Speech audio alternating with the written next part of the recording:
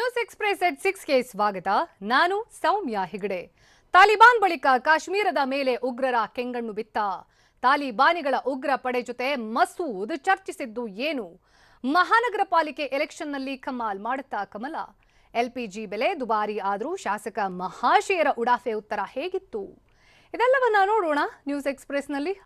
ಕಾಶ್ಮೀರದ ಮೇಲೆ ಬಿತ್ತ ತಾಲಿಬಾನ್ ಉಗ್ರರ ವಕ್ರ ದೃಷ್ಟಿ. ಅಲ್ ಖೈದಾ ಜೈಷ್ ಕುತಂತ್ರಕ್ಕೆ ಬಲ ಕೊಡ್ತಾ ತಾಲಿಬಾನ್ ಉಗ್ರರನ್ನ ಛೂ ಬಿಟ್ಟು ಕಳ್ಳಾಟವಾಡ್ತಾ ಇದೆಯಾ ಪಾಪಿ ಪಾಕಿಸ್ತಾನ? ಇದೆಲ್ಲವನ್ನ ನೋಡೋಣ ಟಾರ್ಗೆಟ್ ಕಾಶ್ಮೀರ ನ್ಯೂಸ್ ಎಕ್ಸ್‌ಪ್ರೆಸ್ನಲ್ಲಿ.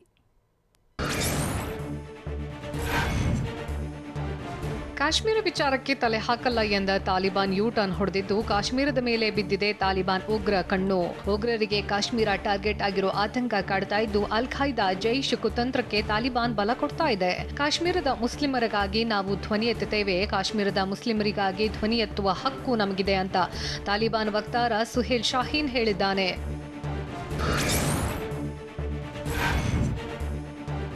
ಸಂದರ್ಶನದಲ್ಲಿ ಮಾತನಾಡಿದ ತಾಲಿಬಾನ್ ವಕ್ತಾರ ಸುಹೇಲ್ ಶಾಹೀನ್, ಕಾಶ್ಮೀರದ ಮುಸ್ಲಿಮರಿಗಾಗಿ ನಾವು ಧ್ವನಿ ಎತ್ತುತ್ತೀವಿ ಅಂತ ಹೇಳಿದ್ದಾರೆ. ಈ ಮೂಲಕ ಕಾಶ್ಮೀರ ವಿಚಾರದಲ್ಲಿ ತಾಲಿಬಾನ್ ಮೂಗು ತೂರಿಸುತ್ತೆ ಅನ್ನುವ ಸಂದೇಶ ರವಾನಿಸಿದ್ದಾನೆ. ಇದುವರೆಗೂ ಕಾಶ್ಮೀರವು ಭಾರತ ಪಾಕ್ ನಡುವಿನ ವಿವಾದ, ಇದರಲ್ಲಿ ನಾವು ಮೂಗು ತೂರಿಸೋದಿಲ್ಲ ಅಂತ ತಾಲಿಬಾನ್ ನಾಯಕರು ಹೇಳ್ತಾ ಇದ್ರು. ಆದ್ರೀಗ ವರಸೆ ಬದಲಿಸಿದ್ದು ಕಾಶ್ಮೀರದ ಮೇಲೆ ತಾಲಿಬಾನ್ ಕಣ್ಣಿಟ್ಟಿದೆ.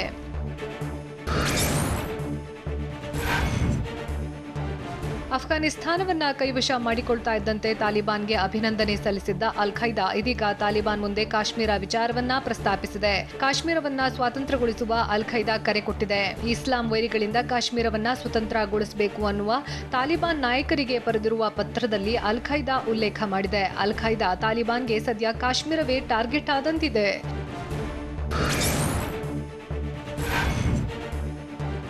ಈಗಾಗಲೇ ಕಾಶ್ಮೀರ್ ವಿಚಾರದಲ್ಲಿ ಜೈಷ್ ಎ ಮೊಹಮ್ಮದ್ ಉಗ್ರ ಸಂಘಟನೆ ತಾಲಿಬಾನ್ ಬಳಿ ಪ್ರಸ್ತಾಪಿಸಿದೆ. ಭಾರತದ ಮೋಸ್ಟ್ ವಾಂಟೆಡ್ ಉಗ್ರ ಜೈಷ್ ಎ ಮೊಹಮ್ಮದ್ ಉಗ್ರ ಸಂಘಟನೆಯ ನಾಯಕ ಮಸೂದ್ ಅಜರ್ ತಾಲಿಬಾನ್ ನಾಯಕರ ಜೊತೆ ಕಾಶ್ಮೀರದ ಬಗ್ಗೆ ಚರ್ಚೆ ನಡೆಸಿದ್ದಾನೆ. ತಾಲಿಬಾನ್ ನಾಯಕ ಮುಲ್ಲಾ ಅಬ್ದುಲ್ ಗನಿ ಬರಾದರ್ನನ್ನ ಭೇಟಿಯಾಗಿದ್ದ ಮಸೂದ್ ಅಜರ್ ಕಾಶ್ಮೀರದಲ್ಲಿ ಹೋರಾಡೋಕೆ ಸಹಕರಿಸುವಂತೆ ಮನವಿ ಮಾಡಿದ್ದಾನೆ.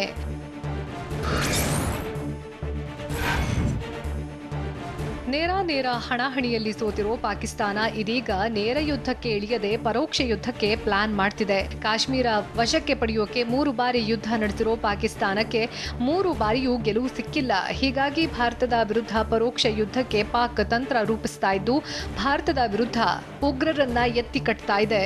ಕಾಶ್ಮೀರ ವಿಚಾರ ಪ್ರಸ್ತಾವನೆಗೆ ತಾಲಿಬಾನ್ ಮೇಲೆ ಒತ್ತಡ ಹೇರ್ತಾ ಇದೆ.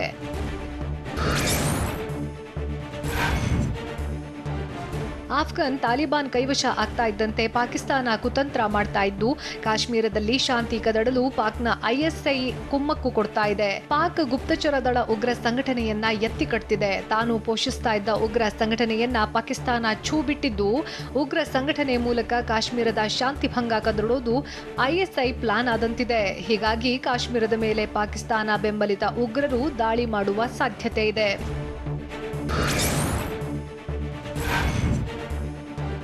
ಪಾಕಿಸ್ತಾನದ ಬಳಿಕ ಇದೀಗ ಕಾಶ್ಮೀರದ ಮೇಲೆ ತಾಲಿಬಾನ್ ಉಗ್ರರ ಕೆಂಗಣ್ಣು ಬಿದ್ದಿದ್ದು ಪಾಕಿಸ್ತಾನ ಆಕ್ರಮಿತ ಕಾಶ್ಮೀರಕ್ಕೆ 50 ತಾಲಿಬಾನಿ ಉಗ್ರರು ಬಂದಿದ್ದಾರಂತೆ. ತಾಲಿಬಾನಿ ಉಗ್ರರನ್ನ ಪಾಕಿಸ್ತಾನದ ಐಎಸ್ಐ ಕರೆತಂದಿದೆ. ಭಾರತ ವಿರುದ್ಧ ದಾಳಿಗೆ ತಾಲಿಬಾನ್ ಉಗ್ರರ ಬಳಕೆಗೆ ಪ್ಲಾನ್ ಮಾಡಿದೆ. ಈಗಾಗಲೇ ಇಸ್ಲಾಂ ವಿರೋಧಿಗಳಿಂದ ಕಾಶ್ಮೀರವನ್ನ ಸ್ವತಂತ್ರಗೊಳಿಸಿ ಅಂತ ಅಲ್ ಖೈದಾ ಹೇಳಿದೆ. ಹೀಗಾಗಿ ಭಾರತದ ಮೇಲೆ ದಾಳಿಗೆ ತಾಲಿಬಾನ್ ಉಗ್ರರ ಬಳಕೆ ಮಾಡುವ ಸಾಧ್ಯತೆ ಇದೆ.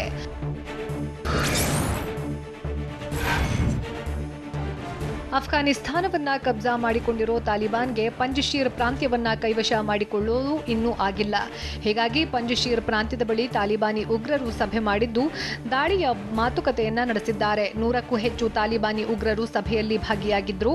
ಪಂಜಶೀರ್ ಪ್ರಾಂತ್ಯವನ್ನ ಸುತ್ತುವರೆದಿರುವ ತಾಲಿಬಾನಿಗಳು ಈಗಾಗಲೇ ಪಂಜಶೀರ್ಗೆ ಅಗತ್ಯ ಸಾಮಗ್ರಿ ಪೂರೈಕೆಯನ್ನ ಬಂದ್ ಮಾಡಿದ್ದಾರೆ. ಪಂಜಶೀರ್ನಲ್ಲಿ ಕೆಲ ತಿಂಗಳಿಗೆ ಆಗುವಷ್ಟು ಮಾತ್ರ ಆಹಾರ, ಔಷಧ, ಇಂಧನ ದಾಸ್ತಾನು ಇದೆ ಅಂತ ಹೇಳಲಾಗ್ತಾ ಇದೆ.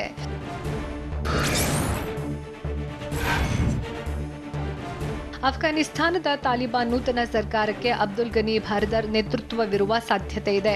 ತಾಲಿಬಾನ್ ಮೂಲಗಳನ್ನು ಉಲ್ಲೇಖಿಸಿ ರಾಯಿಟರ್ಸ್ ಈ ಬಗ್ಗೆ ವರದಿ ಮಾಡಿದೆ. ತಾಲಿಬಾನ್ ಸಂಘಟನೆಯ ಸಂಸ್ಥಾಪಕರ ಪೈಕಿ ಅಬ್ದುಲ್ ಗನಿ ಬಾರ್ದರ್ ಸಹ ಒಬ್ಬನಾಗಿದ್ದು, ದೋಹಾದ ತಾಲಿಬಾನ್ ರಾಜಕೀಯ ವ್ಯವಹಾರಗಳ ಮುಖ್ಯಸ್ಥನಾಗಿದ್ದ.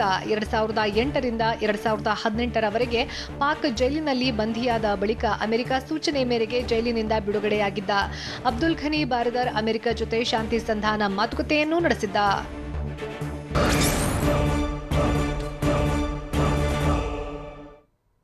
ರಾಜ್ಯದಲ್ಲಿ ಹೇಗಿತ್ತು ಮಹಾನಗರ ಪಾಲಿಕೆ ಚುನಾವಣೆಯ ಮತದಾನ? ವೋಟಿಂಗ್ ವೇಳೆ ಗಲಾಟೆ ನಡೆದು ಆಸ್ಪತ್ರೆಗೆ ದಾಖಲಾಗಿದ್ದು ಎಲ್ಲಿ? ಪ್ರಧಾನಿ ಮೋದಿ ವಿರುದ್ಧ ಶಾಸಕಿ ಲಕ್ಷ್ಮೀ ಹೆಬ್ಬಾಳ್ಕರ್ ವಾಗ್ದಾಳಿ ನಡೆಸಿದ್ದು ಯಾಕೆ? ನೋಡೋಣ ಪಾಲಿಕೆ ಪರಾಕ್ರಮ ನ್ಯೂಸ್ ಎಕ್ಸ್‌ಪ್ರೆಸ್‌ನಲ್ಲಿ.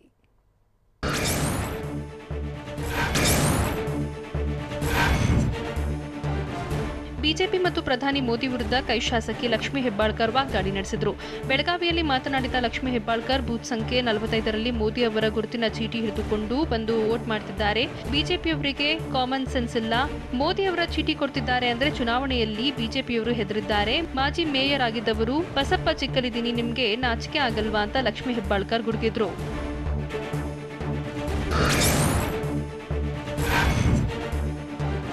ಪಾಲಿಕೆ ಚುನಾವಣೆ ವೇಳೆ ಚೀಟಿ ಇಟ್ಕೊಂಡು ಬರ್ತಿರೋದಕ್ಕೆ ಆಕ್ರೋಶ ವ್ಯಕ್ತಪಡಿಸಿದ ಕಾಂಗ್ರೆಸ್ ಶಾಸಕಿ ಲಕ್ಷ್ಮೀ ಹೆಬ್ಬಾಳ್ಕರ್, ಚೀಟಿ ಇಟ್ಟು ಕಳುಹಿಸುತ್ತಿರೋದನ್ನ ಚುನಾವಣಾ ಆಯೋಗಕ್ಕೆ ದೂರು ಕೊಡ್ತೇನೆ ಅಂತ ಹೇಳಿದ್ರು. ಚೆನ್ನಾಗಿ ಚುನಾವಣೆ ಮಾಡಿ ಅದನ್ನ ಬಿಟ್ಟು ಮೋದಿ ಚೀಟಿ ಕೊಡ್ತಿದ್ದೀರಿ. ಮೋದಿ ಅವರನ್ನ ತೋರಿಸಿ ಜನರು ಬೇಸತ್ತು ಹೋಗಿದ್ದಾರೆ. ಇನ್ಮುಂದೆ ಮೋದಿಗೆ ಆಗ್ಲಿ ನಿಮ್ಗೆ ಆಗ್ಲಿ ಯಾರಿಗೂ ವೋಟ್ ಇಲ್ಲ.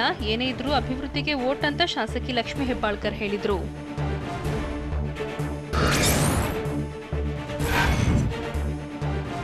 ಭದ್ರಾವತಿ ನಗರಸಭೆ 29ನೇ ವಾರ್ಡ್ಗೆ ನಡೆದ ಉಪಚುನಾವಣೆಯ ಮತದಾನದ ವೇಳೆ ಕೆಲಕಾಲ ಗೊಂದಲದ ವಾತಾವರಣ ಮೂಡಿತ್ತು. ಬೂತ್ ಮುಂದೆ 3 ಪಕ್ಷಗಳ ಮುಖಂಡರು, ಕಾರ್ಯಕರ್ತರು ಘೋಷಣೆ ಕೂಗಿದ್ರು.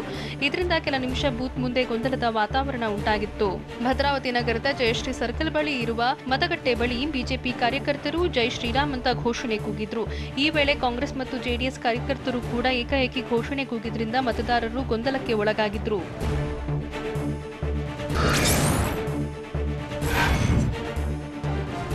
ಬೆಳಗಾವಿ ಪಾಲಿಕೆ ಚುನಾವಣೆಯಲ್ಲಿ ಹಲವು ಮತದಾರರ ಹೆಸರೇ ನಾಪತ್ತೆಯಾಗಿತ್ತು. ಮತದಾರರ ಪಟ್ಟಿಯಲ್ಲಿ 80ಕ್ಕೂ ಹೆಚ್ಚು ಜನರ ಹೆಸರೇ ಮಾಯವಾಗಿದೆ. ವಾರ್ಡ್ ನಂಬರ್ 32ರ ಮತದಾರರ ಕೇಂದ್ರ ಸಂಖ್ಯೆ 218ರ ಮತದಾರರ ಪಟ್ಟಿಯಲ್ಲಿ ಮತದಾರರ ಹೆಸರು ಇರಲಿಲ್ಲ. ಹೀಗಾಗಿ ಸಿಬ್ಬಂದಿ ಮತ್ತು ಚುನಾವಣಾ ಅಧಿಕಾರಿಗಳ ಜೊತೆಗೆ ಮತದಾರರು ವಾಗ್ವಾದ ನಡೆಸಿದ್ರು. ಬಳಿಕ ಸ್ಥಳಕ್ಕೆ ಬೆಳಗಾವಿ ಬಿಜೆಪಿ ಉತ್ತರ ಕ್ಷೇತ್ರದ ಶಾಸಕ ಅನಿಲ್ ಬೆನಕೆ ಭೇಟಿ ನೀಡಿ ಸ್ಥಳೀಯ ಕಾರ್ಯಕರ್ತರ ಜೊತೆ ಚರ್ಚೆ ನಡೆಸಿದರು.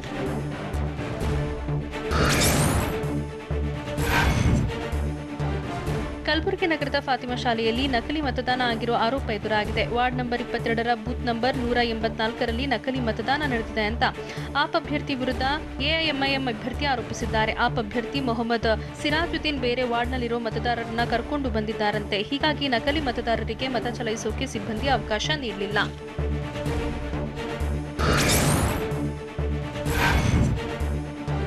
ಬೆಳಗಾವಿ ಪಾಲಿಕೆ ಚುನಾವಣೆಯಲ್ಲಿ ಮತದಾರರ ಹೆಸರಲ್ಲಿ ಗೊಂದಲ ಮೂಡಿತ್ತು. ಬಿಜೆಪಿಗೆ ಹಾಗೂ ಎಂಇಎಸ್ ಸೋಲುವ ಮುನ್ಸೂಚನೆ ಸಿಕ್ಕಿದೆ.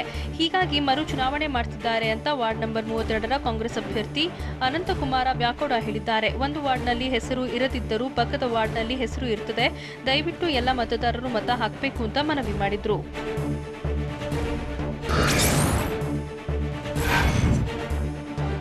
ಹುಬ್ಬಳ್ಳಿ ಧಾರವಾಡ ಮಹಾನಗರ ಪಾಲಿಕೆ ಚುನಾವಣೆಯಲ್ಲಿ ವಾರ್ಡ್ 13ರಲ್ಲಿ ಡಿಸಿ ನಿತೀಶ್ ಪಾಟೀಲ್ ಮತ ಚಲಾವಣೆ ಮಾಡಿದ್ರು. ಕೆಸಿಡಿಯ ಬಿಬಿಎ ಕಾಲೇಜಿನ ಮತಗಟ್ಟೆ 13ರಲ್ಲಿ ಜಿಲ್ಲಾಧಿಕಾರಿ ನಿತೇಶ್ ಮತದಾನ ಮಾಡುವ ಮೂಲಕ ತಮ್ಮ ಹಕ್ಕನ್ನ ಚಲಾವಣೆ ಮಾಡಿದ್ದಾರೆ.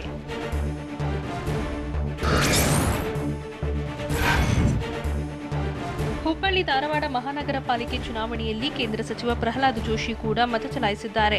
ವಾರ್ಡ್ ನಂಬರ್ 46ರ ಮತಗಟ್ಟೆ ಸಂಖ್ಯೆ 3ರಲ್ಲಿ ಕುಟುಂಬ ಸಮೇತರಾಗಿ ಬಂದು ಕೇಂದ್ರ ಸಂಸದೀಯ ವ್ಯವಹಾರ ಸಚಿವ ಪ್ರಹ್ಲಾದ್ ಜೋಶಿ ಮತದಾನ ಮಾಡಿದರು. ಪುತ್ರಿಯರಾದ ಅರ್ಪಿತಾ, ಅನುಷಾರಿಂದ ಹಕ್ಕು ಚಲಾವಣೆ ಮಾಡಿದರು.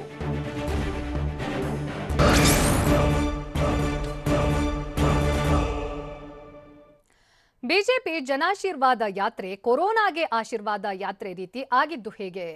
ವೀಕೆಂಡ್ ಕರ್ಫ್ಯೂ ಪಾಲಿಸದೇ ಇರೋಕೆ ದಕ್ಷಿಣ ಕನ್ನಡ ವರ್ತಕರು ನಿರ್ಧಾರ ಮಾಡಿದ್ದು ಯಾಕೆ? ಮುಳುಗಿದ ಬೋಟ್ನಿಂದ ಮೀನುಗಾರರನ್ನ ರಕ್ಷಣೆ ಮಾಡಿದ್ದು ಹೇಗೆ? ನೋಡೋಣ ಕರ್ನಾಟಕ ನ್ಯೂಸ್ ಎಕ್ಸ್‌ಪ್ರೆಸ್‌ನಲ್ಲಿ. ಕೇಂದ್ರ ಸಚಿವರ ವಿಜಯ ಯಾತ್ರೆಯಲ್ಲಿ ಅಂತರವಿಲ್ಲ. ಮಾಸ್ಕ್ ಇಲ್ಲದೆ ಕೋವಿಡ್ ರೂಲ್ಸ್ ಬ್ರೇಕ್ ಮಾಡಿದ್ದು ಇದೇನು ಜನಾಶೀರ್ವಾದ ಯಾತ್ರೆನಾ, ಕೊರೋನಾಗೆ ಆಶೀರ್ವಾದ ಯಾತ್ರೆನಾ ಅನ್ನೋ ಪ್ರಶ್ನೆ ಮೂಡಿದೆ. ಬೀದರ್ ಜಿಲ್ಲೆ ಹುಮ್ನಾಬಾದ್ ತಾಲೂಕಿನಲ್ಲಿ ಕೇಂದ್ರ ಸಚಿವರು ಕೊರೋನಾ ನಿಯಮ ಉಲ್ಲಂಘಿಸಿ ಜನಾಶೀರ್ವಾದ ಯಾತ್ರೆ ಮಾಡಿದ್ದಾರೆ. ಕೇಂದ್ರ ಸಚಿವರಾದ ಶೋಭಾ ಖೂಬಾರ ಜನಾಶೀರ್ವಾದ ಯಾತ್ರೆಯಲ್ಲಿ ಬೆಂಬಲಿಗರು ಮಾಸ್ಕ್ ಧರಿಸದೆ ದೈಹಿಕ ಅಂತರ ಉಲ್ಲಂಘಿಸಿದ್ದಾರೆ.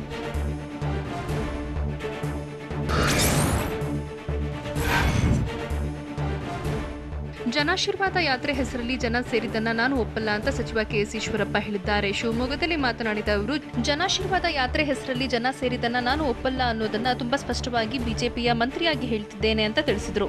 ಅಲ್ಲದೆ ಗಣೇಶೋತ್ಸವ ನಿಲ್ಲಿಸಬೇಕು ಅನ್ನೋದನ್ನ ಒಪ್ಪೋದಿಲ್ಲ, ಆರೋಗ್ಯವು ಮುಖ್ಯ, ಈ ಬಗ್ಗೆ ಗಮನ ಹರಿಸುವುದು ಮುಖ್ಯ ಅಂತ ಈಶ್ವರಪ್ಪ ಹೇಳಿದರು.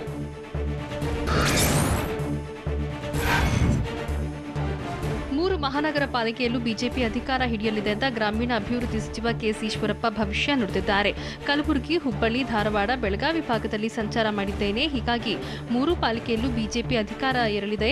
ಅಲ್ಲಿನ ಜನತೆ ಭಾರತೀಯ ಜನತಾ ಪಕ್ಷದ ಜೊತೆಗಿದ್ದಾರೆ. ಕಾರ್ಯಕರ್ತರು ತುಂಬಾ ಉತ್ಸಾಹದಲ್ಲಿ ಕೆಲಸ ಮಾಡಿದ್ದಾರೆ. ಹೀಗಾಗಿ ಬಿಜೆಪಿಗೆ ಸಂಪೂರ್ಣ ಬಹುಮತ ಸಿಗಲಿದೆ ಅಂತ ಈಶ್ವರಪ್ಪ ವಿಶ್ವಾಸ ವ್ಯಕ್ತಪಡಿಸಿದ್ದಾರೆ.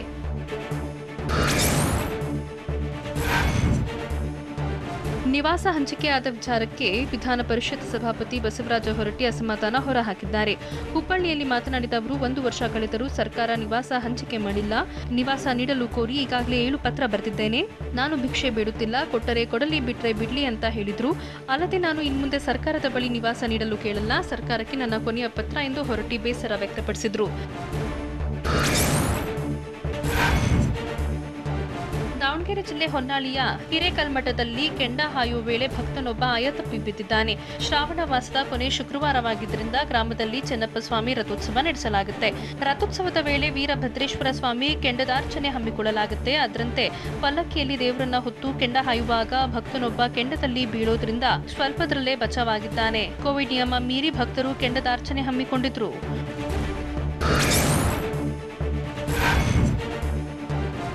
ಉತ್ತರ ಕನ್ನಡ ಜಿಲ್ಲೆ ಹೊನ್ನಾವರದ ಕಾಸರಗೋಡ ಟೊಂಕ ಅಳಿವೆ ಪ್ರದೇಶದಲ್ಲಿ ಬೋಟ್ ಒಂದು ಮುಳುಗಡೆಯಾಗಿದೆ.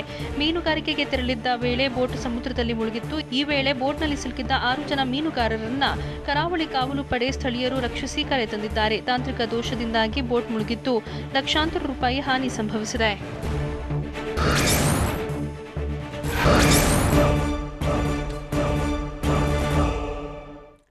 ಬೆಲೆ ಏರಿಕೆ ಬಗ್ಗೆ ಶಾಸಕರು ಸಚಿವರ ಉಡಾಫೆ ಉತ್ತರ ಏನು? ರೋಹಿಣಿ ಸಿಂಧೂರಿ ವಿರುದ್ಧ ಕಿಕ್ ಬ್ಯಾಕ್ ಆರೋಪ ಮಾಡಿದವರು ಯಾರು? ಮೈಸೂರು ಗ್ಯಾಂಗ್ ರೇಪ್ ಕೇಸ್ನ 6ನೇ ಆರೋಪಿಯನ್ನ ಬಂಧಿಸಿದ ರೋಚಕ ಕಹಾನಿ ಏನು? ನೋಡೋಣ ಸಮಗ್ರ ನ್ಯೂಸ್ ಎಕ್ಸ್‌ಪ್ರೆಸ್‌ನಲ್ಲಿ.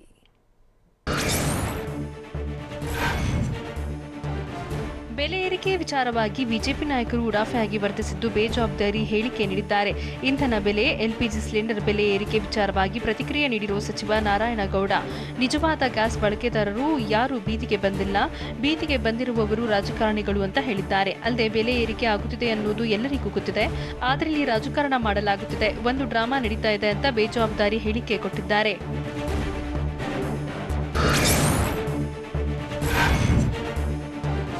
ಬೆಲೆ ಏರಿಕೆ ವಿಚಾರವಾಗಿ ಕಾಂಗ್ರೆಸ್ ವಿರುದ್ಧ ಪರೋಕ್ಷವಾಗಿ ಸಚಿವ ನಾರಾಯಣಗೌಡ ಕಿಡಿಕಾರಿದ್ದಾರೆ. ಸಮಸ್ಯೆ ಯಾರಿಗೂ ಆಗಿಲ್ಲ, ಇದು ರಾಜಕಾರಣದ ಪಿತೂರಿ. ಕಾಂಗ್ರೆಸ್ ಸರ್ಕಾರ ಇರುವಾಗ ಬೆಲೆ ಏರಿಕೆ ಆಗಿರಲಿಲ್ವಾ ಅಂತ ಸಚಿವ ನಾರಾಯಣಗೌಡ ಪ್ರಶ್ನಿಸಿದರು.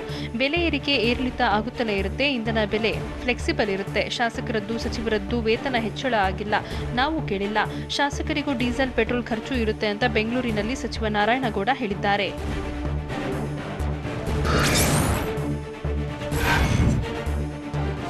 ತೈಲ ಬೆಲೆ ಏರಿಕೆಗೆ ಬಿಜೆಪಿ ಶಾಸಕ ಅರವಿಂದ್ ಬೆಲ್ಲದ್ ಹೊಸ ಕಾರಣ ನೀಡಿದ್ದಾರೆ. ತಾಲಿಬಾನ್ ಸಮಸ್ಯೆಯಿಂದ ತೈಲ ಬೆಲೆ, ಗ್ಯಾಸ್ ದರ ಏರಿಕೆಯಾಗಿದೆ ಅಂತ ಧಾರವಾಡದಲ್ಲಿ ಬಿಜೆಪಿ ಶಾಸಕ ಅರವಿಂದ್ ಬೆಲ್ಲದ್ ಹೇಳಿದ್ದಾರೆ. ತಾಲಿಬಾನ್ ಸಮಸ್ಯೆ ಶುರುವಾಗಿರೋದ್ರಿಂದ ಬೆಲೆ ಏರಿಕೆ ಹೆಚ್ಚಾಗ್ತಿದೆ. ಅಂತಾರಾಷ್ಟ್ರೀಯ ಮಾರುಕಟ್ಟೆಯಲ್ಲಿ ಬೆಲೆ ಏರಿಕೆಯಿಂದ ಎಫೆಕ್ಟ್ ಆಗಿದೆ ಅಂತ ಪೆಟ್ರೋಲ್, ಡೀಸೆಲ್, ಅಡುಗೆ ಅನಿಲ ದರ ಹೆಚ್ಚಳಕ್ಕೆ ಬೆಲ್ಲದ್ ಸಮರ್ಥಿಸಿಕೊಂಡಿದ್ದಾರೆ.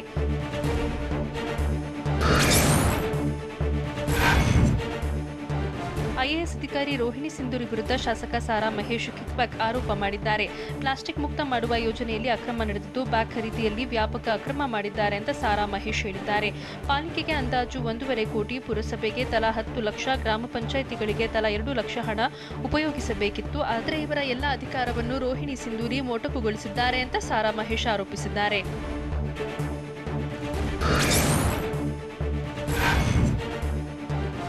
ಪಾಲಿಕೆ ಕೌನ್ಸಿಲ್ ಒಪ್ಪಿಗೆ ಇಲ್ಲದೆ ಜಿಎಸ್ಟಿ ಸೇರಿ 7,55,00,000 ಮೌಲ್ಯದ ಬಟ್ಟೆ ಬ್ಯಾಗ್ ಖರೀದಿ ಮಾಡಿದ್ದಾರೆ.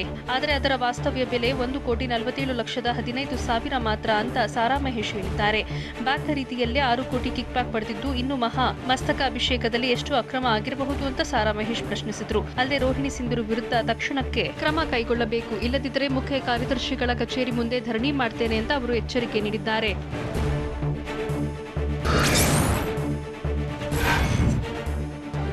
ತಮ್ಮ ವಿರುದ್ಧ ಎಚ್ಡಿಕೆ ಬೇಸರ ವಿಚಾರಕ್ಕೆ ಗುಬ್ಬಿ ಶಾಸಕ ಎಸ್ಆರ್ ಶ್ರೀನಿವಾಸ್ ಪ್ರತಿಕ್ರಿಯೆ ನೀಡಿದ್ದಾರೆ. ನಾನು ಇಂಡಿಪೆಂಡೆಂಟ್ ಆಗಿ ಗೆದ್ದು ಅವರ ಪಕ್ಷಕ್ಕೆ ಹೋದವನು. ಅವರು ತೊಂದರೆ ಮಾಡಿದ್ರೆ ನಾನು ಬೇಜಾರು ಮಾಡಿಕೊಳ್ಬೇಕು. ನನ್ನಿಂದ ಅವರಿಗೆ ಲಾಭ ಆಗಿದೆ ಬಿಟ್ರೆ ತೊಂದರೆ ಏನೂ ಆಗಿಲ್ಲ ಅಂತ ಶಾಸಕ ಎಸ್ಆರ್ ಶ್ರೀನಿವಾಸ್ ಹೇಳಿದ್ದಾರೆ. ನನ್ನ ಅಳಿಯನ ಮೂಲಕ ಬಿಜೆಪಿಗೆ ಸೇರಿಸಿಕೊಳ್ಳೋಕೆ ಬಿಎಲ್ ಸಂತೋಷ್ ಯತ್ನಿಸಿದ್ರು. ಬಿಎಸ್ವೈ ಸಹಕರಿಸಿ ಮಾತನಾಡಿದ್ರು ಅಂತ ಶಾಸಕ ಎಸ್ಆರ್ ಶ್ರೀನಿವಾಸ್ ಹೇಳಿದ್ದಾರೆ.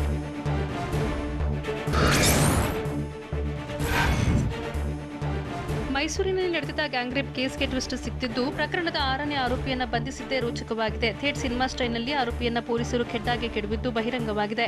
ಆರೋಪಿ ಬಂಧನಕ್ಕೆ ತಮಿಳುನಾಡಿಗೆ 10 ಜನರ ತಂಡ ತೆರಳಿತ್ತು. ಮೊಬೈಲ್ ಟವರ್ ಲೊಕೇಶನ್ ಬೆನ್ನತ್ತಿ ಮೈಸೂರು ಪೊಲೀಸರು ತೆರಳಿದ್ರು. ಮನೆಯಲ್ಲಿ ಒಬ್ಬಂಟಿಯಾಗಿ ವಾಸವಿದ್ದ ಗ್ಯಾಂಗ್ ರೇಪ್ ಕೇಸ್ನ 6ನೇ ಆರೋಪಿ ಕೈಯಲ್ಲಿ ಚಾಕು ಹಿಡಿದು ಮನೆ ಬಾಗಿಲು ತೆರೆದಿದ್ದ.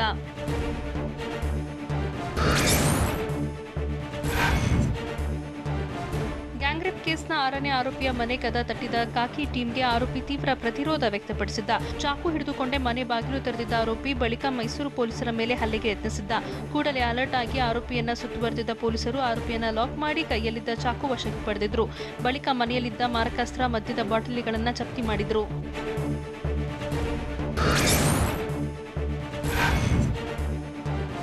ಮೃಗಾಲಯ ಪ್ರಾಧಿಕಾರದ ಅಂದಾ ತರುವ ವಿಚಾರಕ್ಕೆ ಮೃಗಾಲಯ ಪ್ರಾಧಿಕಾರದ ಅಧ್ಯಕ್ಷ ಮಹದೇವಸ್ವಾಮಿ ಸ್ಪಷ್ಟನೆ ನೀಡಿದ್ದು, ಜನರ ದೇಣಿಗೆ ದುಡ್ಡಿನಿಂದ ಕಾರು ಖರೀದಿಸಿಲ್ಲ ಅಂತ ಹೇಳಿದ್ದಾರೆ. ನಾನು ಯಾವುದೇ ಕಾರಿಗೆ ಬೇಡಿಕೆ ಇಟ್ಟಿರಲಿಲ್ಲ. ಹಿಂದಿನ ಅಧ್ಯಕ್ಷರ ಮನವಿಯಂತೆ ಕಾರು ನೀಡಿದ್ದಾರೆ. ನಾನು ಮೃಗಾಲಯ ನಿರ್ದೇಶಕರಿಗೆ ಮೀಸಲಿಟ್ಟಿದ್ದ 7 ವರ್ಷಗಳ ಹಳೆಯ ಕಾರನ್ನ ಬಳಸುತ್ತಿದ್ದೆ. ನನಗೆ ಮೃಗಾಲಯ ಅಭಿವೃದ್ಧಿ ಮಾಡಬೇಕು ಎಂಬ ಆಸೆ ಇದೆ. ಐಷಾರಾಮಿ ಕಾರಿನಲ್ಲಿ ತಿರುಗಾಡಬೇಕು ಎಂಬ ಆಸೆ ಇಲ್ಲ ಅಂತ ಮೃಗಾಲಯ ಪ್ರಾಧಿಕಾರದ ಅಧ್ಯಕ್ಷ ಮಹದೇವಸ್ವಾಮಿ ತಿಳಿಸಿದ್ದಾರೆ.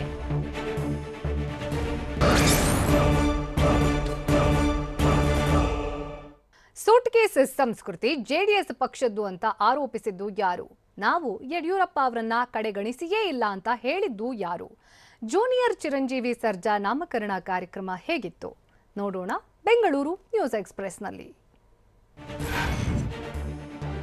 ಬೆಂಗಳೂರಿನಲ್ಲಿ ಪೊಲೀಸರು ಭರ್ಜರಿ ಡ್ರಗ್ಸ್ ಬೇಟೆಯಾಡಿದ್ದು ಬರೋಬ್ಬರಿ 2 ಕೋಟಿ ಮೌಲ್ಯದ ಡ್ರಗ್ಸ್ ಜಪ್ತಿ ಮಾಡಿದ್ದಾರೆ. ಜಾರ್ಖಂಡ್ ಮೂಲದ 2 ಡ್ರಗ್ ಪೆಡ್ಲರ್ಗಳನ್ನ ಪೊಲೀಸರು ಬಂಧಿಸಿದ್ದು, ಬಂಧಿತರಿಂದ 150 MDMA ಮಾತ್ರೆ, 400 gram charas, 180 LSD strips, 3520 gram ಹಶೀಶ್ ಎಣ್ಣೆ, 50 ಗ್ರಾಂ ಹೈಡ್ರೋ ಗಾಂಜಾ, 30 ಗ್ರಾಂ ಗಾಂಜಾ, 2 ಮೊಬೈಲ್ ಫೋನ್, ಎಲೆಕ್ಟ್ರಾನಿಕ್ ತೂಕದ ಯಂತ್ರ ವಶಕ್ಕೆ ಪಡೆಯಲಾಗಿದೆ.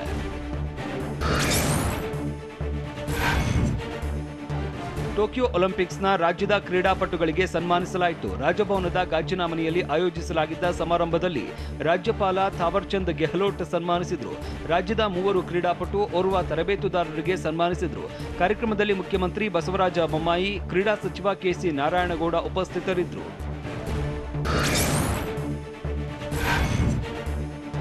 ದಿವಂಗತ ಚಿರಂಜೀವಿ ಸರ್ಜಾ ನೆನೆದು ಮೇಘನಾ ರಾಜ್ ಭಾವುಕರಾದರು. 10 ತಿಂಗಳ ಚಿರು ಪುತ್ರನಿಗೆ ರಾಯನ್ ರಾಜ್ ಸರ್ಜಾ ಅಂತ ನಾಮಕರಣ ಮಾಡಿದ್ದು, ಕಾರ್ಯಕ್ರಮದಲ್ಲಿ ಸರ್ಜಾ ಕುಟುಂಬಸ್ಥರು, ಮೇಘನಾ ಕುಟುಂಬಸ್ಥರು ಭಾಗಿಯಾಗಿದ್ದರು.